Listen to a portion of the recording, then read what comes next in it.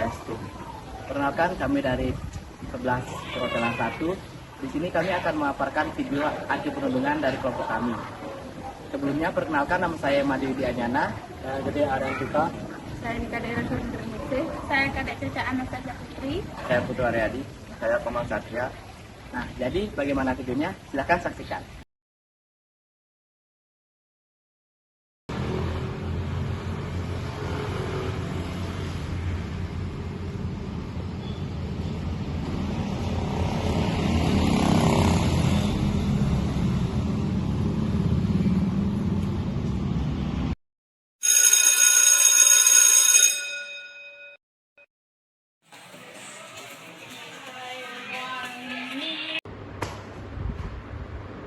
Di, katanya kamu saja, aku tidak mau membaca buku saja di kelas.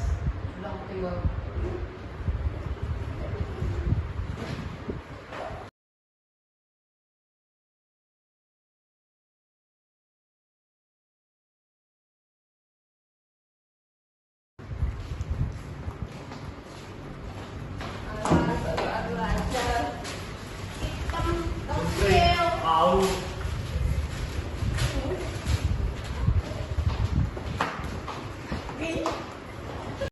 Hai, pernahkah kalian mengalami hal seperti video tersebut? Nah, di video tersebut adalah salah satu contoh dari bullying. Apa itu bullying? Nah, jadi bullying adalah segala suatu bentuk penindasan ataupun kekerasan yang dilakukan secara sengaja oleh seorang individu ataupun sekelompok individu yang merasa diri mereka lebih kuat. Nah, jadi tujuan dari bullying ini adalah untuk menyakiti orang lain dan dilakukan secara terus-menerus. Adapun caranya seperti memaki-maki, menindas, ataupun melakukan kekerasan fisik. Untuk contoh lainnya, bisa kalian saksikan di video berikut ini.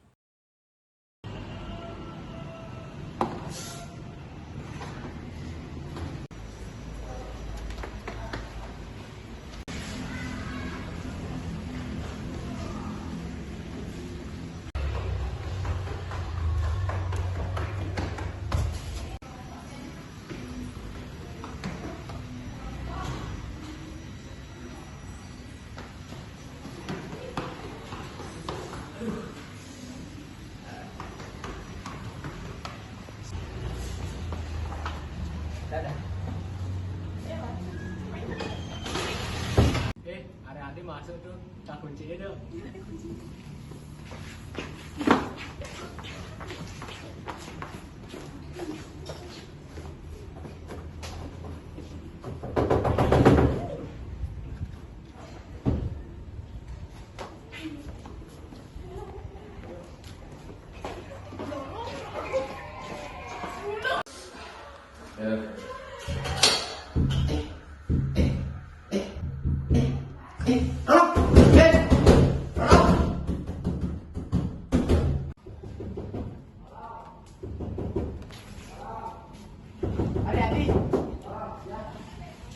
coba mundur.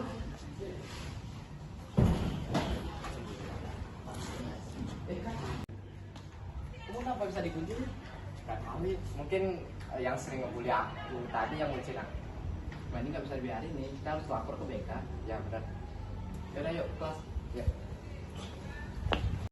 Nah, di video barusan juga merupakan salah satu contoh dari bullying ya. Jadi, bullying itu dibagi menjadi beberapa jenis. Seperti antara lain, yang pertama adalah physical bullying. Physical bullying adalah penindasan secara fisik seperti menendang, memukul, dan lain-lain. Yang kedua adalah verbal bullying. Verbal bullying adalah penindasan secara verbal atau menggunakan kata-kata yang menyakiti atau dengan kata lain seperti mengejek. Yang ketiga adalah cyberbullying. Cyberbullying adalah penindasan yang dilakukan di media sosial, seperti memberikan komentar buruk dan menyebarkan foto atau video aib dari si korban. Yang keempat adalah sexual harassment. Sexual harassment adalah intimidasi seperti sentuhan tidak diundang dan komentar kasar pada penampilan. Dan biasanya sexual harassment ini lebih menarikkan kepada wanita. Nah, yang keempat adalah relational bullying. Relational bullying adalah intimidasi dengan cara mengontrol atau menyakiti orang lain atau menyabotase status sosial melalui pengabaian atau pengucilan. Dan yang terakhir adalah prejudicial bully.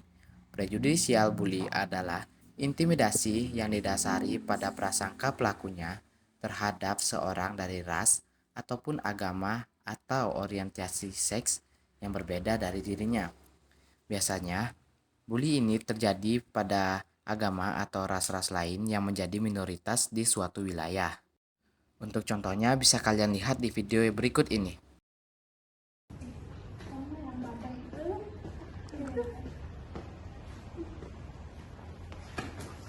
Lu habis dari mana? Kembali nih. Kembali nih. Kembali nih. Maaf. Tinggal.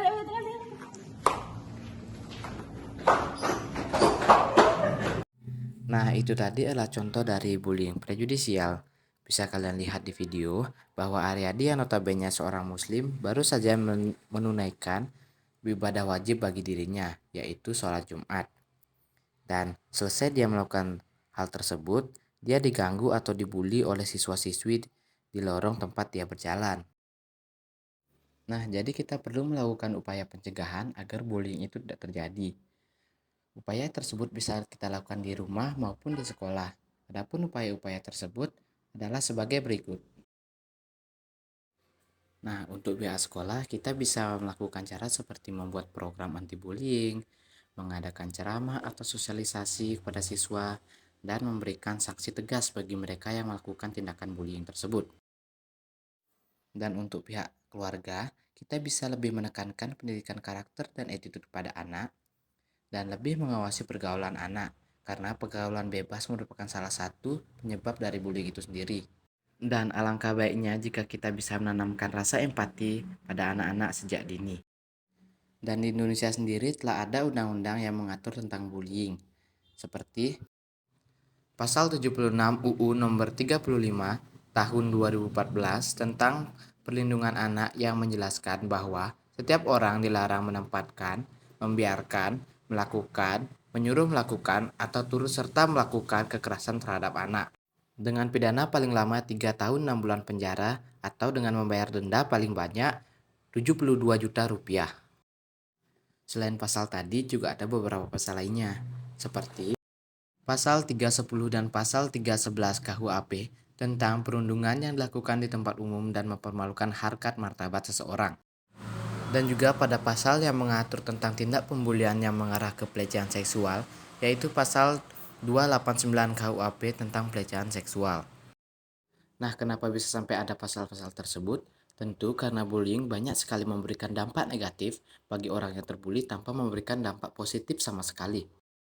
Dampak-dampak dari bullying ini seperti gangguan emosi, masalah mental, gangguan tidur, penurunan prestasi, bahkan bisa sampai bunuh diri. Sekian yang dapat saya sampaikan, sampai jumpa di lain waktu. Cukup sekian video dari kelompok kami. Bila ada salah kata atau salah pengucapan, kami mohon maaf. Sekian dari kami tutup dengan Parama Santi. Om Santi, Santi, Santi. Ibu kekenyang. Video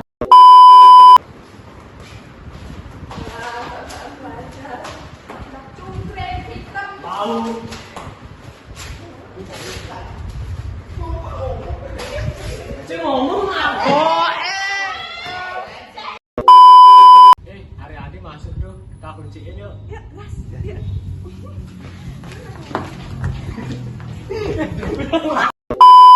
Woi, balik ya. Oke, main HP sama main Udah aku mau jalan, saya dapat cek-cekan. Jangan dibikin renyah. Kok kayak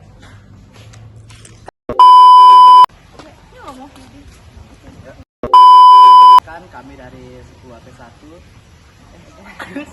Nana ada lanjut. Nana. Ya. Dia nama di sini. Ulangi apa? Om Santi langsung Dia sila lo apa yang caca? Oh, no.